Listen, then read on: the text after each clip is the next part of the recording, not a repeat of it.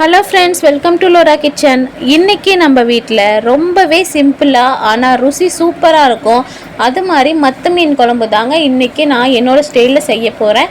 இது பிகினர்ஸ் கூட ஈஸியாக செஞ்சிடலாங்க. அவ்வளோ சிம்பிளான டிஷ் தாங்க. அதுக்கு முதல்ல 1/2 கிலோ மத்தி மீன் வாங்கி சுத்தமாக கழுவி ஒரு பக்கம் எடுத்து ரெடியாக வச்சுருக்கேங்க. இப்போ ஒரு வடை சட்டி வச்சு எண்ணெய் ஊற்றி கடுகு போட்டு கடுகு பொரிஞ்சோன்னே ஜீரகம் 1 ஸ்பூன், ஜீரகம் பொரிஞ்சோன்னே 1/4 ஸ்பூன் வெந்தயம் போட்டிருக்கேங்க. நல்லா பொரிஞ்சிருச்சுங்க. இப்போ நான் அரைச்சி வச்ச மசாலாவை ஊற்றுறேங்க. இந்த மசாலாவில் என்னென்ன போட்டு அரைச்சிருக்கேன் அப்படின்னு சொல்லிட்டு உங்கள்கிட்ட சொல்கிறேங்க. வடை சட்டி வச்சு எண்ணெய் ஊற்றிக்கிட்டேங்க. 100 கிராம் சின்ன வெங்காயம் போட்டு நல்லா வதக்கிக்கிட்டேங்க. அது கூட 2 நாட்டு தக்காளியும் சேர்த்து வதக்கிக்கிட்டேங்க. அது கூட 10 பல் பூண்டும் சேர்த்து நல்லா வதக்கிக்கிட்டேங்க. அது கூடவே 2 ஸ்பூன் அளவுக்கு குழம்பு மிளகாய் தூள், 1 ஸ்பூன் அளவுக்கு மல்லித்தூள் சேர்த்து நல்லா ஆற வச்சு அரைச்சி எடுத்துட்டேங்க. அப்படி பக்குவமாக அரைச்ச மசாலா கலவையை தாங்க இப்போ நாம் போட்டு நல்லா கொதிக்க வச்சுருக்கோம். இப்போ இந்த குழம்பு ஒரு கொதி வந்துருச்சு பாருங்கள். இப்போ ஒரு நெல்லிக்காய் அளவு புளி நான் கரைச்சி வச்சுருக்கேங்க. அந்த புளி கரைசலை சேர்த்து நல்லா கிளறி விட்டுக்கலாங்க. தேன் மாதிரி இருக்கும் இந்த குழம்பு. தேன் மாதிரி மீன் குழம்பு வைக்கணும் அப்படின்னு சொல்கிறாங்க இல்லைங்களா, அந்த மீன் குழம்பு தாங்க இது. இப்போ இந்த குழம்புக்கு தேவையான கல்லுப்பு சேர்த்திட்டோங்க. சேர்த்து நல்லா கிளறி விட்டுடலாம். இது மாதிரி நீங்கள் செஞ்சு கொடுக்கும்போது வெங்காயம், தக்காளி, பூண்டு இதெல்லாம் குழந்தைங்க எடுத்து வெளியில் போட மாட்டாங்க, தூர போட மாட்டாங்க. அவங்களுக்கு முழு சத்துக்களும் கிடைக்கும்.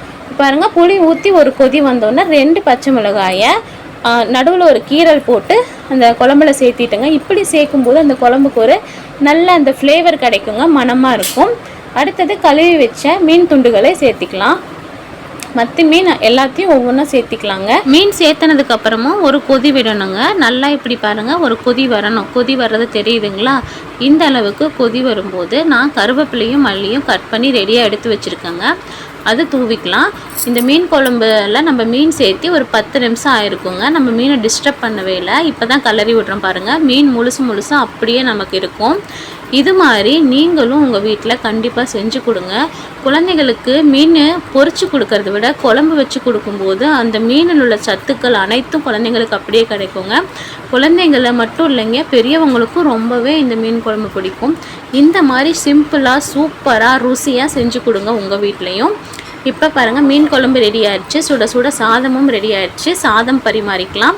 சாதம் பரிமாறிட்டு மீன் துண்டுகள் எடுத்து வச்சுக்கலாம். மீன் துண்டுகள் எடுத்து வச்சுட்டு அந்த சுடு சாதத்து மேலே அப்படியே மீன் குழம்பையும் எடுத்து ஊற்றிக்கலாங்க. ஊற்றி சாப்பிடும்போது நான் சொன்ன மாதிரி தேன் மாதிரியே அந்த ருசி இருந்ததுங்க. வாங்க எல்லாரும் சாப்பிட்லாம். நான் சாப்பிட்டதுக்கப்புறம் தான் வாய்ஸ் ஓவர் கொடுக்குறேன். உண்மையாலுமே இந்த மீன் குழம்பு சூப்பராக இருந்துச்சு. நீங்களும் உங்கள் வீட்டில் கண்டிப்பாக ட்ரை பண்ணுங்கள்.